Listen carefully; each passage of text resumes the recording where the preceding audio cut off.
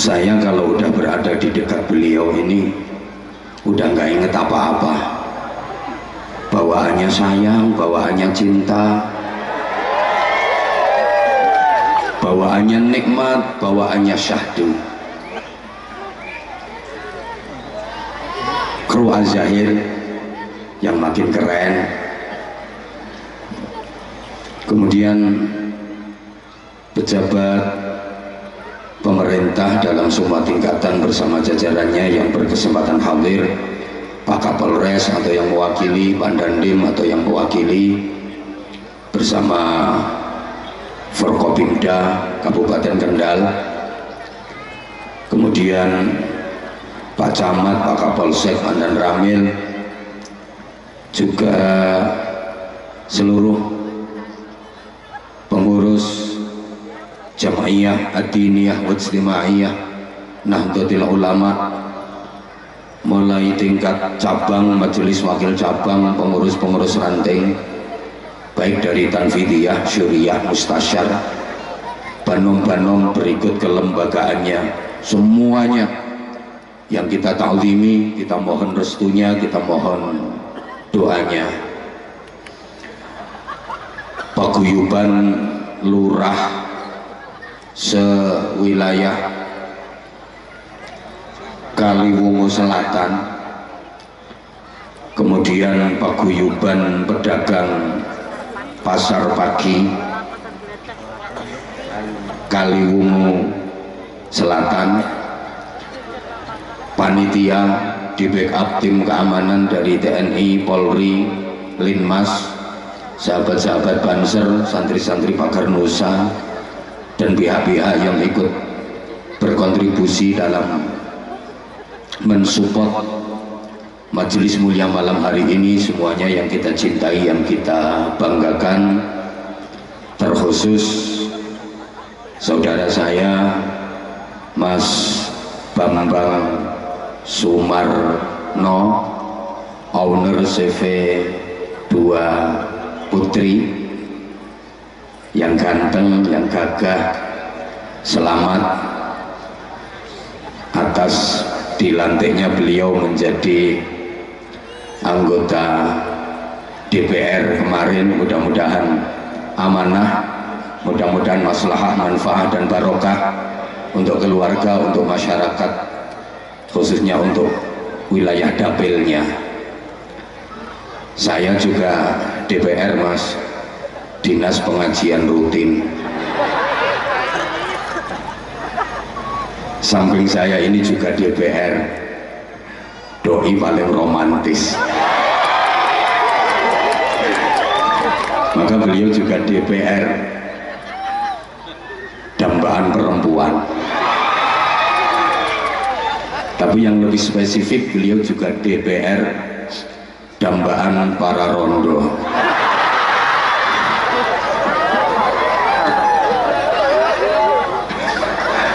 Sebelahnya Mas Bambang itu Mbak Rara juga DPR, dermawan pada rakyat. Jadi salah satu keistimewaannya Mbak Rara itu lomannya, sehingga insya Allah keterpilihan Mas Bambang sebagai anggota DPR itu nggak lepas dari lomane Mbak Rara, insya Allah. Walaupun kadang lo rumahnya Bang, iya Mbak Rara sholatnya wis popok apa urung? Ya kok urung? Janjinya kalau Mas Bambang jadi DPR, kalau Habibidin mau rutin diundang sholawatan, sholatnya mau pepek. Petang ini jam itu, ya udah. Berarti subuhnya kawanan lillahi ta'ala. Walaupun sekarang Mas Bambang udah jadi DPR, Mbak Rara jangan lupakan tugas utamanya, tiap pagi bikinin kopi. Belum pernah?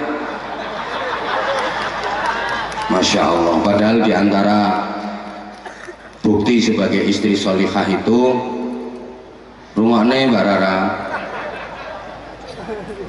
Oh ya, jam 4 ya, jam 4 sore Mbak Rara baru bangun ya.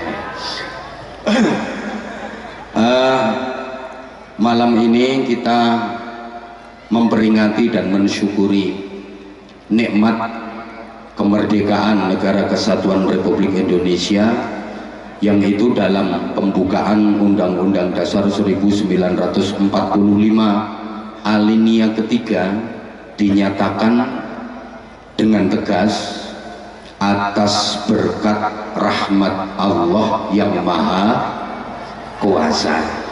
Sehingga nyawa berarti gak wong Indonesia. Atas berkat rahmat Allah yang maha kuasa.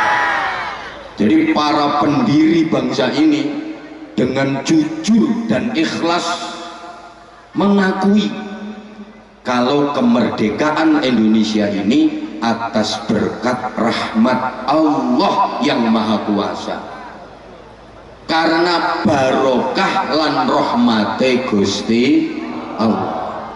Berkat itu barokah, rahmat itu rahmah.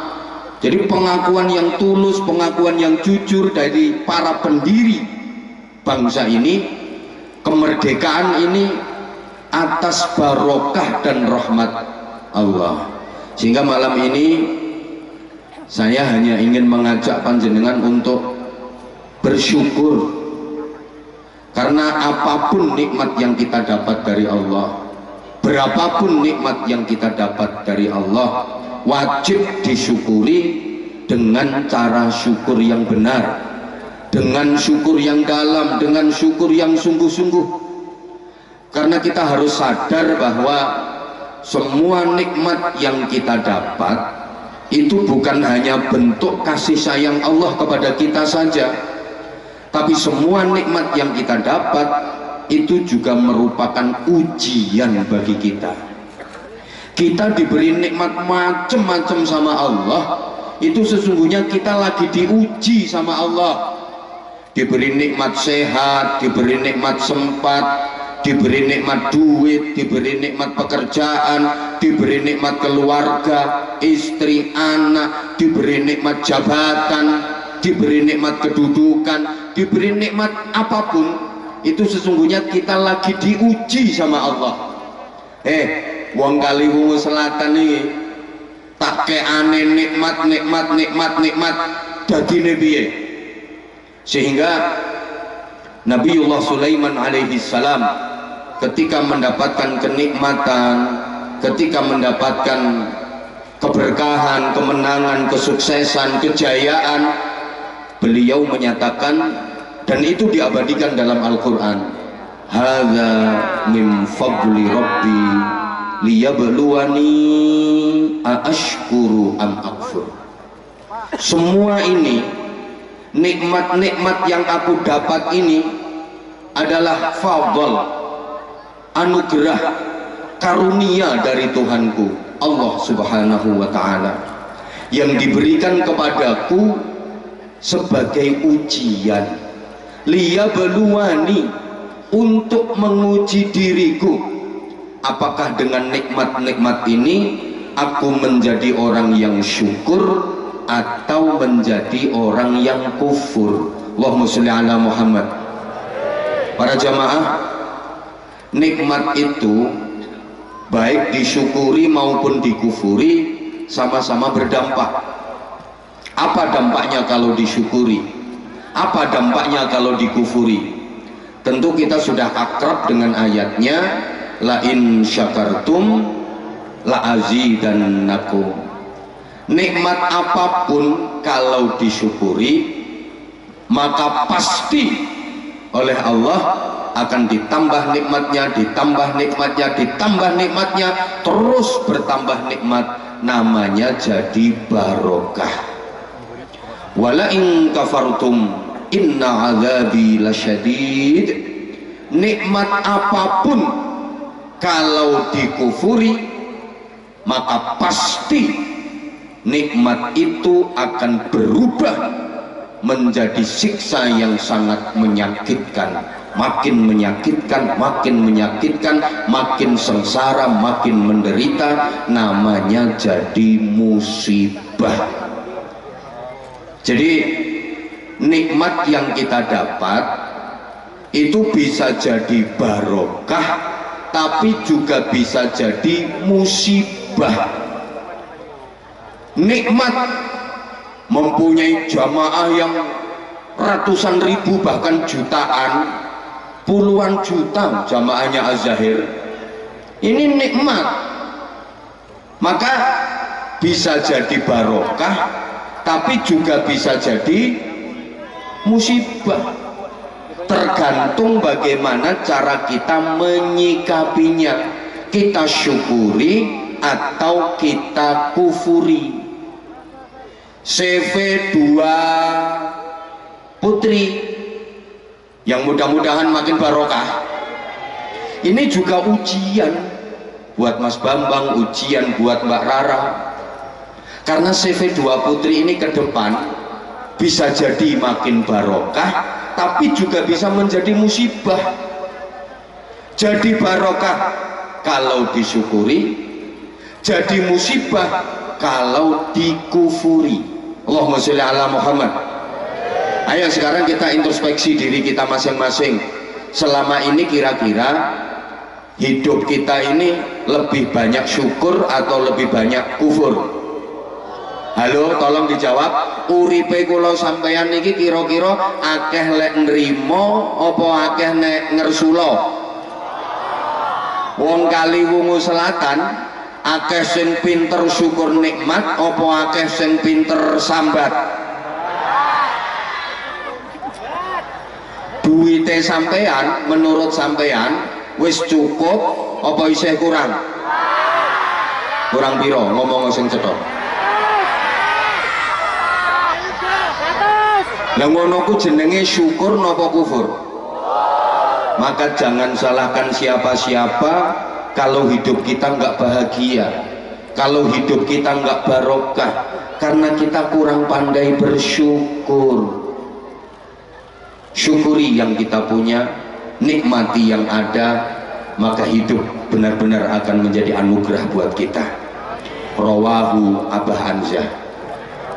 Saya ulang, syukuri yang kita punya, nikmati yang ada, maka hidup benar-benar akan menjadi anugerah buat kita. Kita nggak usah sibuk memikirkan nikmatnya orang lain, apalagi iri dengan nikmat yang didapat orang lain.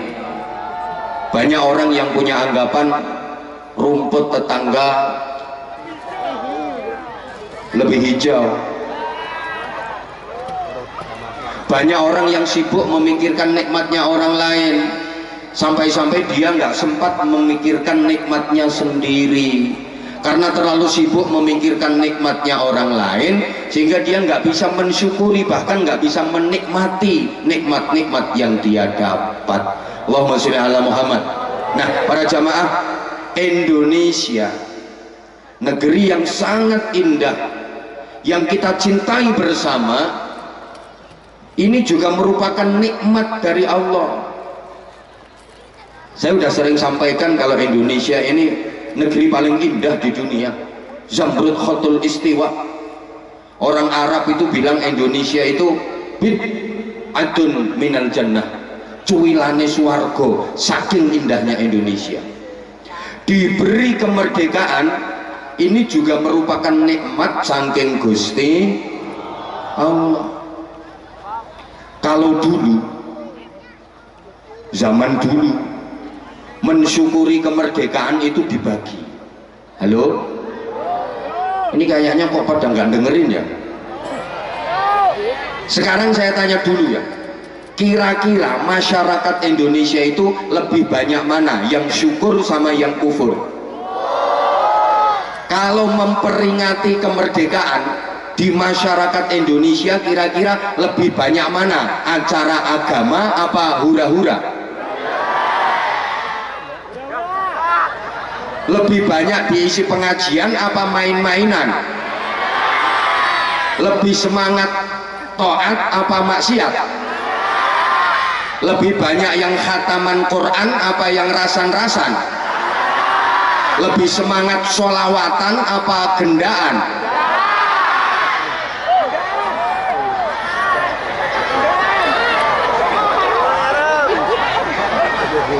Ya Allah,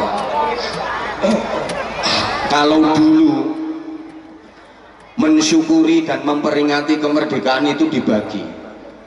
Para elit, para tokoh, para pejabat, para pembesar itu pada rapat menyusun kebijakan, musyawarah, memikirkan bagaimana membangun Indonesia ke depan. Sementara masyarakat awam dikasih hiburan dengan macam-macam perlombaan supaya nggak ganggu yang lagi rapat.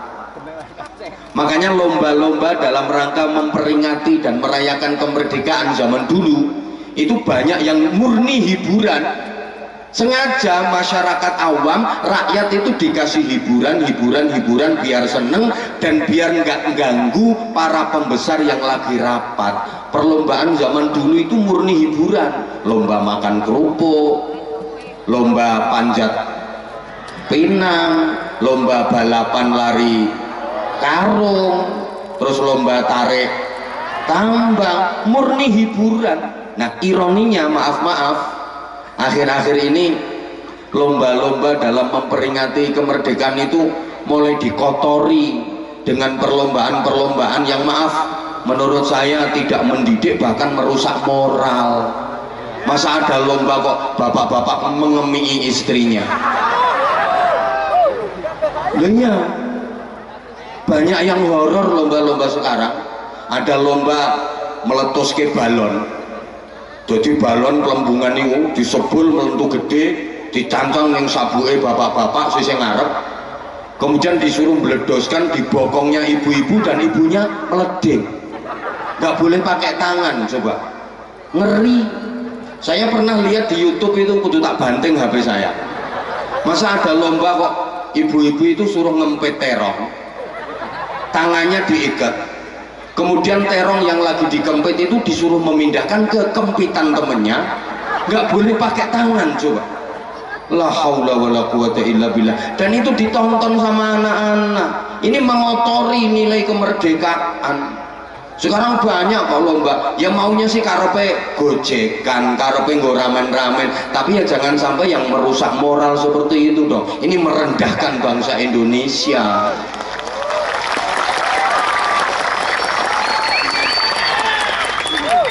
Merdeka! Acaranya kemerdekaan loh. Nah, berarti gini, ke depan Indonesia ini bisa jadi lebih baik, namanya barokah. Tapi Indonesia ke depan juga bisa jadi terjadi banyak musibah, tergantung masyarakat Indonesianya. Memang secara umum masyarakat Indonesia ini kan ada dua komponen besar. Ada kelompok masyarakat yang memang ingin Indonesia lebih baik, ada kelompok masyarakat yang ingin menghancurkan Indonesia. Allahumma sholli ala Muhammad. Saya ulang, kalau dalam Al-Quran ada istilah ashabul yamin, ashabul shimal, ada ashabul maimanah, ada ashabul masyamah.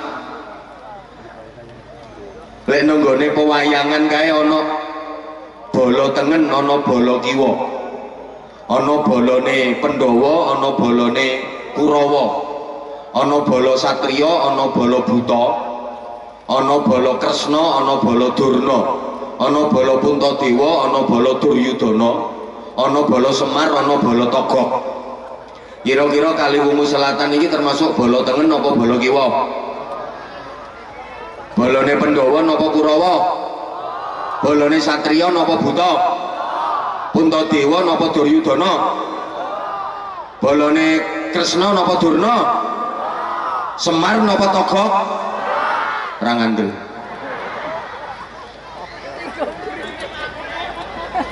Ada masyarakat Indonesia yang hidupnya mendatangkan barokah, tapi ada masyarakat Indonesia yang hidupnya malah mengundang datangnya musibah. Naudzubillah. Nah sekarang apa syarat untuk mendatangkan barokah? Apa sebab-sebab terjadinya musibah? Ini akan saya sampaikan singkat-singkat saja. Maaf, memang seperti yang didakwakan Habib Bidin tadi, Mas Bidin tadi,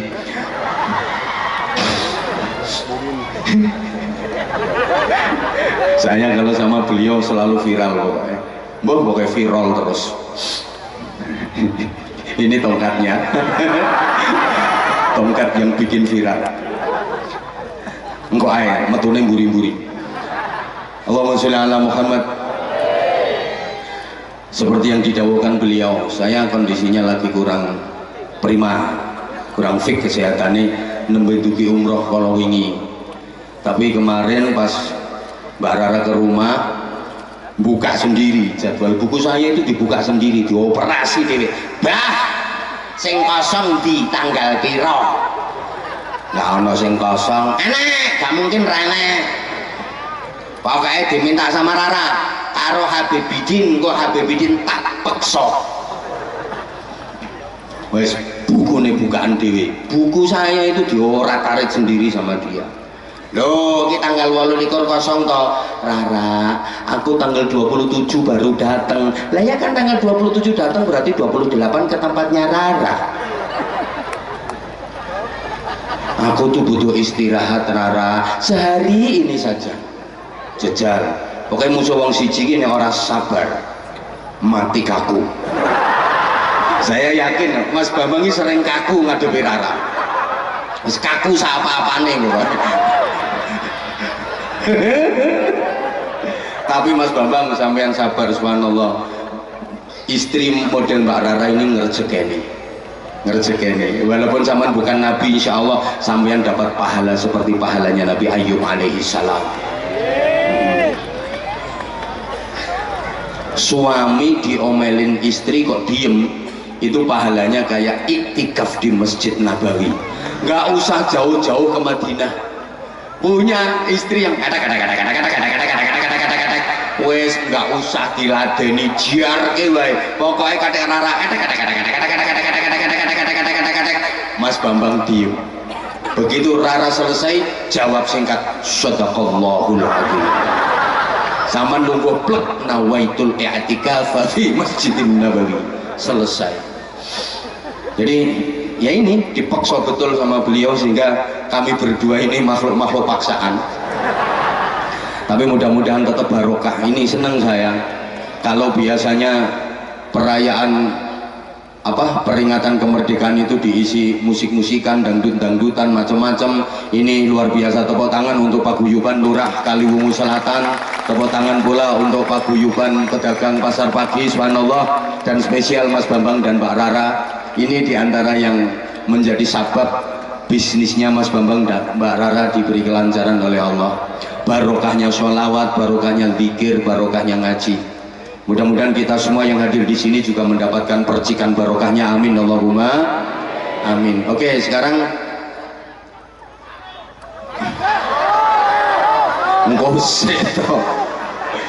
ini saya mau sampaikan apa syarat untuk mendatangkan kok sarung. Syarat untuk mendatangkan sarung harus ada manue. Nah, iyalah. Syarat untuk mendatangkan barokah, kemudian apa sebab terjadinya musibah. Ini loh, saya sampaikan dulu. Kalau kita ingin menjadi bagian dari masyarakat yang hidupnya mendatangkan barokah, maka harus mengamalkan ayat walau anna ahlal qura amanu wattaqau lafatahna alaihim barakatim minas samai wal ard. Dan jikalau sekiranya penduduk suatu negeri, masyarakat suatu negara amanu wattaqau, mau beriman dan bertakwa, maka niscaya akan kami bukakan untuk mereka barokah-barokah dari langit dan bumi. Ayat Al-Quran ini menjelaskan kepada kita bahwa syarat mutlak untuk mendatangkan barokah adalah amanu wattaqau, imtak, iman dan takwa. Asalkan masyarakat beriman dan bertakwa, pasti daerah itu akan diturunkan barokah oleh Allah dari langit dan dari bumi.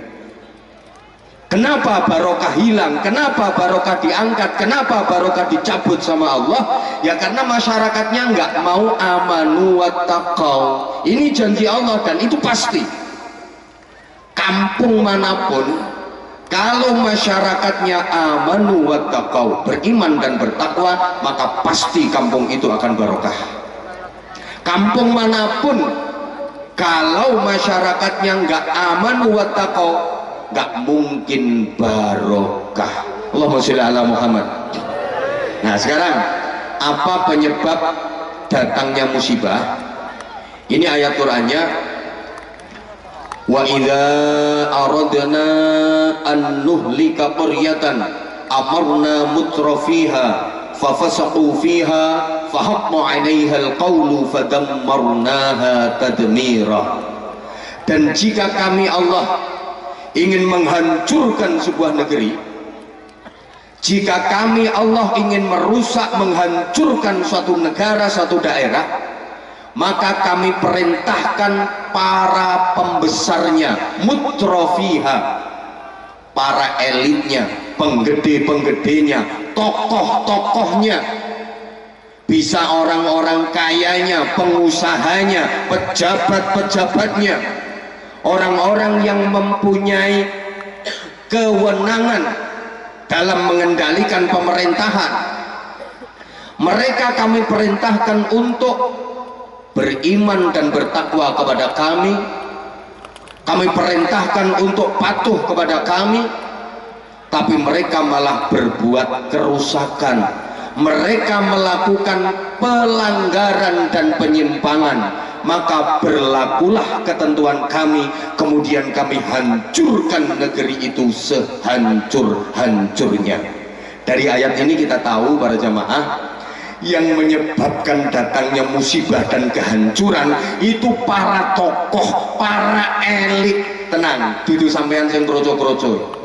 Sampean ini uripe cuma pelengkap penderita, Pak. Aman. Loh iya, penyebab datangnya musibah itu para pembesar, para penggede, para tokoh yang nggak mau manut tatanane Gusti Allah. Disuruh manut tatanane Allah, fafasaqu fiha, mereka berbuat kerusakan, mereka melakukan pelanggaran, mereka melakukan penyimpangan. Maka berlakulah ketentuan kami, berlakulah ketentuan Allah, kemudian dihancurkan negeri itu sehancur-hancurnya. Maaf ya, saya nggak nakut-nakuti, ke depan Indonesia bisa jadi lebih barokah, tapi bisa jadi hancur sehancur-hancurnya. Allahumma sholli ala Muhammad. Saya nggak nakut-nakuti kok. Masa iya sih Indonesia ke depan bisa hancur sehancur-hancurnya? Nggak ada jaminan kalau Indonesia ini akan abadi di muka bumi. Nggak ada jaminan kok. Cari ayat Qur'annya, cari hadis nabinya, jaminan bahwa Indonesia akan selalu ada di muka bumi ini, jaminan bahwa Indonesia akan selalu ada di permukaan dunia ini, nggak ada jaminan kok. Halo? Loh, saya nggak nakut-nakuti. Kita tahu dalam sejarah ya, dulu ada gini, tidak ada satu negara pun yang abadi di dunia ini. Dulu ada negara Yunani kuat banget, Yunani kuno habis, selesai. Romawi kuat, perkasa, jajahannya luas, seakan tak terkalahkan waktu itu. Sekarang tinggal cerita, betul? Uni Soviet, negara superpower, adidaya, ditakuti oleh dunia. Uni Soviet, negara yang sebesar itu, sekuat itu, sekarang udah hancur berkeping-keping. Kita juga punya sejarah. Dulu ada Pajajaran, kerajaan besar. Sekarang kan tinggal cerita. Ada Sriwijaya, pusatnya di Palembang, Sumatera Selatan, kerajaan besar, tentaranya kuat, wilayahnya luas. Sekarang tinggal cerita, udah nggak ada. Kita juga punya Majapahit tuh, pusatnya di Trowulan, Mojokerto sana, wilayah kerajaan Majapahit itu jauh lebih luas daripada wilayah NKRI. Tentaranya hebat, wilayahnya luas. Kerajaan sebesar Majapahit itu pun sekarang tinggal cerita. Kok kita wedi loh sampai? Ini namanya sejarah. Sejarah itu aslinya kan bahasa Arab, syajarah. Nah ilatmu yang ngomong syajarah angel sejarah